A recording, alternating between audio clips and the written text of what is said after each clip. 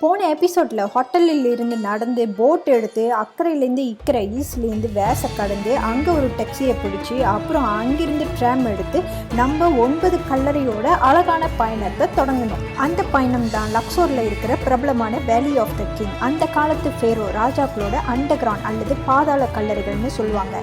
அந்த எபிசோடில் விலாவரியாக ஒவ்வொரு கல்லறைகளோட டிக்கெட் விலை, வரலாறு, சிறப்பு அம்சங்களை சுருக்கமாக சொல்லியிருப்பேன். ஏறத்தாழ யூனிக்கான 9 அண்டர் கிரவுண்ட் கல்லறைங்களை நம்ம சுற்றி பார்த்தோம். ஒரு முழு மம்மி, பிரபலமான துட்டான்காமுன் மம்மியை கூட நம்ம பார்த்து அசந்து போனோம்.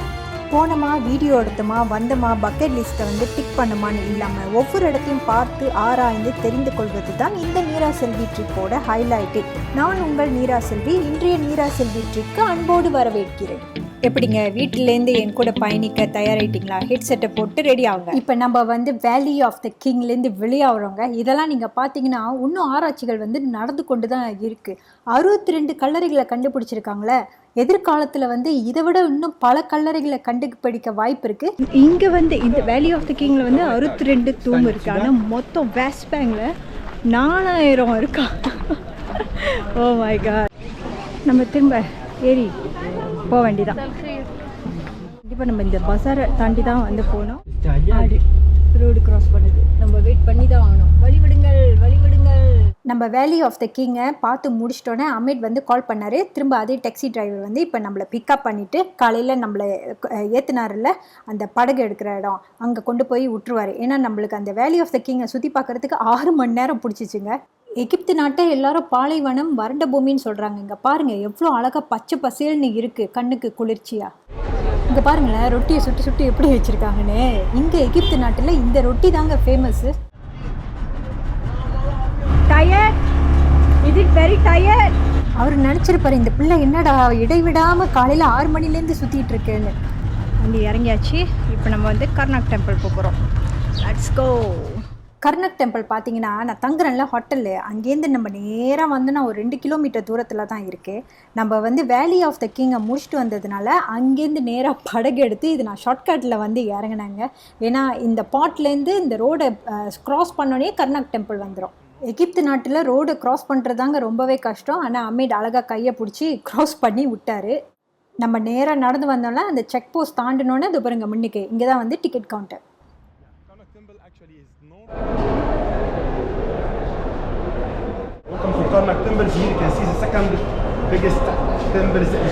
இந்த சுவர்களில் கர்நாக் கோவிலோட வரலாறை அழகாக போட்டிருக்காங்க.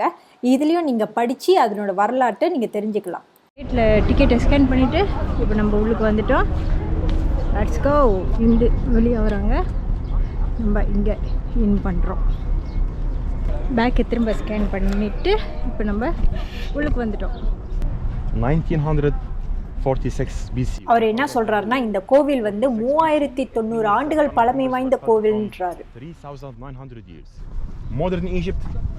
Modern Egypt, take care please. After one step from now. Yes.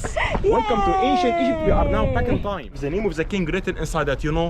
Do you know how many cartouches do we have in Egypt? Two. Yeah. What are these two names? And how to differentiate between the birth name and the coronation name from the wall. இந்த படம் தேடி மாதிரி இருக்குல்ல, அது coronation name, முடிசூட்டும் பேர். அடுத்து பார்த்தீங்கன்னா வாத்து மாதிரி இருக்குல்ல, அது அவங்களோட பிறந்த பேர். இப்படி தான் ஆராய்ச்சியாளர்கள் கண்டுபிடிக்கிறாங்க. You can see the letters are from my right to left. எஜிப்தோட எழுத்து வலதுலேருந்து இடது, இடதுலேருந்து வலது, மேலேருந்து கீழே, இப்படி 3 விதமாக படிக்கலாம் அப்படின்னு சொன்னார். இன்றைக்கி நம்ம ஒரு புது விஷயத்தை கற்றுக்கிட்டோங்க. அப்படி கணக்கு பண்ணால் எனக்கும் 2 பேர் இருக்குங்க. ஒன்று என்னோட யூடியூப் பேர், ஒன்று என்னோட பர்த் நேம், பிறந்த பேர். உன் கதை எங்களுக்கு முக்கியம் இல்லை, இந்த கோவிலோட கதையை சொல்லுங்கிறீங்களா? வாங்க நம்ம கதைக்குள்ளார போய் அலசுவோம். இந்த கோவிலை 1வது செனஸ்ரெட் ஆட்சியின் போது கிமு 1946 காலகட்டத்தில் இந்த கோவிலை கட்ட தொடங்கியிருக்காங்க. ஆனால் பல கட்டிடங்கள் புதிய ராஜ்யத்தின் போது, நியூ கிங்டம் அப்பதான் கட்டப்பட்டிருக்குன்னு அமீட் சொன்னார். அது மட்டும் இல்லைங்க, 1979 யுனெஸ்கோ உலக பாரம்பரிய நகர பட்டியலில் இந்த கோவிலையும் சேர்த்திருக்காங்க. இந்த கோவில் ஒரு வேர்ல்ட் யுனெஸ்கோ ஹெரிட்டேஜ் சைட்னு ரொம்ப பெருமையா சொல்லலாங்க. இந்த கோட்டையை சுற்றி உள்ள அந்த வெளி கேட்டை இந்த களிமண், கற்கள், மணல்களை வச்சுதாங்க அவ்வளோ ஸ்ட்ராங்கா கட்டியிருக்காங்க. நீங்க என்னோட எகிப்து சீரீஸை ஸ்கிப் பண்ணாம முழுமையா பார்த்துட்டு வந்திருந்தீங்கன்னா ஒரு எபிசோட் எபிசோடில் உங்கள் எல்லாரையும் லக்ஸோர் கோவிலுக்கு அழைச்சிட்டு போயிருப்பாங்க. அங்கே நான் சொல்லியிருப்பேன், இந்த கோவிலை விட இன்னும் ஒரு பெரிய கோவில் முதலாவது இடத்துல இருக்குன்னு. அதுதான் இந்த கர்னாக் கோவில். இங்கே பார்த்தீங்கன்னா இங்கே உள்ள தூண்கள் வேண்டுமென்றே வெட்டப்பட்டு அழிக்கப்பட்டு இருக்குதுங்க. இந்த ஒரு தூண் மட்டும்தான் 20 மீட்டர் உயரத்தில் கம்பீரமாக இருக்குது. அதுவும் பாப்பிரஸ் தாவர வடிவத்தில் இதை செதுக்கியிருக்காங்க.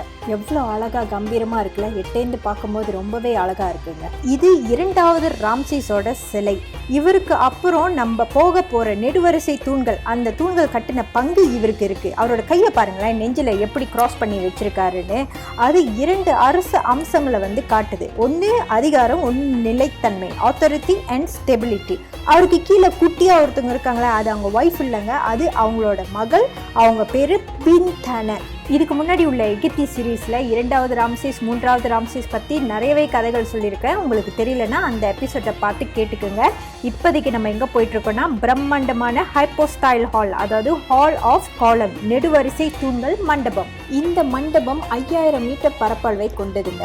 அமித் என்ன சொன்னார்னா, இந்த சைஸும் ஃப்ரான்ஸில் இருக்கிற கத்தீட்ரல் ஆஃப் நாத்ரடாம் சைஸும் சேம்னு சொன்னார். இங்கே மொத்தம் 134 தூண்கள் 16 வரிசைகளாக அமைக்கப்பட்டிருக்குங்க. இதில் 122 தூண்கள் 10 மீட்டர் 33 அடியும், மீதம் உள்ள தூண்கள் 21 மீட்டர் 69 அடியும் கொண்டதுங்க. இந்த நெடுவரிசை மேலே உள்ள கட்டிடங்கள் பார்த்தீங்கன்னா எப்படியும் 70 டன் எடை இருக்கும்னு சொன்னார். அப்பா பாரம் தாங்க. அந்த காலத்தில் நெம்புகோள்களை பயன்படுத்தி உயர்த்திருக்கலாம்னு சொல்கிறாங்க. அதோட உலகத்திலேயே எந்த கோவில்லையும் இந்த மாதிரி ஒரு பெரிய தனி மண்டபத்தை கட்டியிருக்கவே மாட்டாங்களாம். இந்த கோவிலில் மட்டும்தான் இருக்குங்களாம். இந்த தூண்களை நல்லா பாருங்களேன், தெய்வங்களோட வரைபடங்களை வச்சுருக்காங்க. முக்கியமாக அமுன்ரா தெய்வத்தோட வரைபடங்கள் இந்த தூண்கள் மேலே ரொம்பவே அதிகங்க. இதில் இன்னொரு ஹைலைட் என்னென்னா, அந்த 134 நெடுவரிசை தூண்களை 3 டிஃப்ரெண்ட் ஃபேரோ கட்டியிருக்காங்க.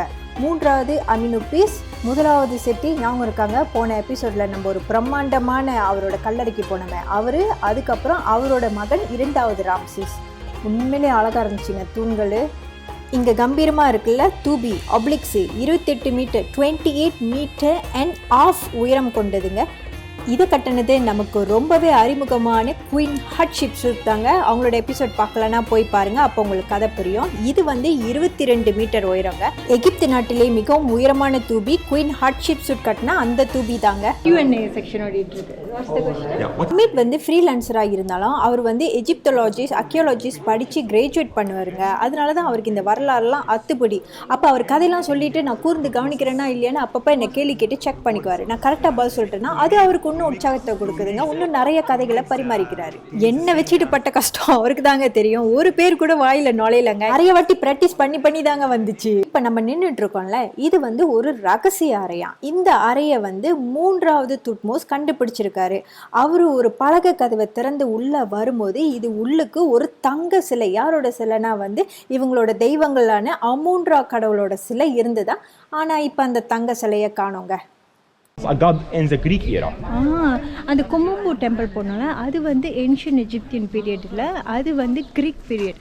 அதனால தான் அந்த முதலைங்களாம் இருக்குல்ல, மம்மிஃபை பண்ணி வச்சுருந்தாங்க. அது எல்லாமே Greek period, not ancient Egyptian type. Egyptian கட்டிட கலையை பாருங்க, அது ஒரு தனி ரகம்ங்க, ஒரு தனி அழகு தான். இப்போ நம்ம எங்கே போயிட்டுருக்கோன்னா இன்னொரு முக்கியமான இடம், புனித ஏரி, அதாவது சேக்ரட் லேக்கு போயிட்டுருக்கோம். போகிற வழியில் அவர் இந்த வரைபடத்தை காமிச்சார். இவங்க யாருன்னா காட் ஆஃப் ரைட்டிங். இந்த கடவுளோட பேர் சஷாட். நம்மளுக்கு சரஸ்வதி இருப்பாங்களே, அதே மாதிரி தாங்க. இங்குள்ள புராண கதைகள் படி இந்த இடத்துல தான் அமுன்ரா கடவுள் பிறந்ததாகவும் அவர் அவரோட மனைவியுடனும் மகன் கொன்சுவுடனும் பூமியில் வாழ்ந்ததா சொல்லப்படுகிற இந்த இடத்துல தான் இந்த கர்னாக் கோவிலை கட்டியிருக்காங்க. அப்போ ஒவ்வொரு காலகட்டத்திலும் வேற வேற ராஜா ஆட்சி செய்வாங்களே, அப்போ அவங்களோட ஆட்சி காலத்தில் எதை அகற்றலாம், எதை மறுசீரமைப்பு பண்ணலாம், எது அவசியம் அப்படின்ட்டு பிளான் பண்ணுவாங்களாம். இது பல்வேறு காரணங்களாக கொண்டிருக்கலாம்னு சொல்கிறாங்க. கட்டட மறுசீரமைப்பு, அரசியல் காரணம், இல்லை போர் காலகட்டத்தில் கூட அந்த கோவில் சன்னதியில இருக்கிற சிலையை கவனமா அகற்றி மண்ணுக்குள்ளார போச்சிடுவாங்களாம். அதனாலதான் போல 1904ஆம் ஆண்டுல ஆயிரக்கணக்கான சிற்பங்கள், பொருட்கள், வெங்கல பொருட்கள்னு மண்ணுக்குள்ளார இருந்து மீட்டு எடுத்திருக்காங்க. இப்போ நம்ம பார்த்துட்டு இருக்கோம்ல ஏரி, இந்த லேக் வந்து முன்ன அண்டர் கிரவுண்டில் இருந்துச்சா. அதுக்கப்புறம் இவங்க என்ன பண்ணியிருக்காங்க, தண்ணீர் குழாய் மூலயமா நல் நதியிலேருந்து தண்ணீர் குழாய் வழியாக இங்கே தண்ணீரை பாய்ச்சி அதனுடைய நீர் மட்டத்தை வந்து ஏற்றிருக்காங்க. அதோட இந்த புனித ஏரியோட நீர்மட்டம் குறைஞ்சிக்கிட்டே வந்துச்சுன்னா இந்த பூமியில் உள்ள மனிதர்களின் அழிவும் தொடங்கும்னு ஒரு கதை இருக்குது. அதோட புராண கதைகளின்படி இதுதான் இந்த உலகத்தோட தொடக்க புள்ளின்னு சொல்கிறாங்க.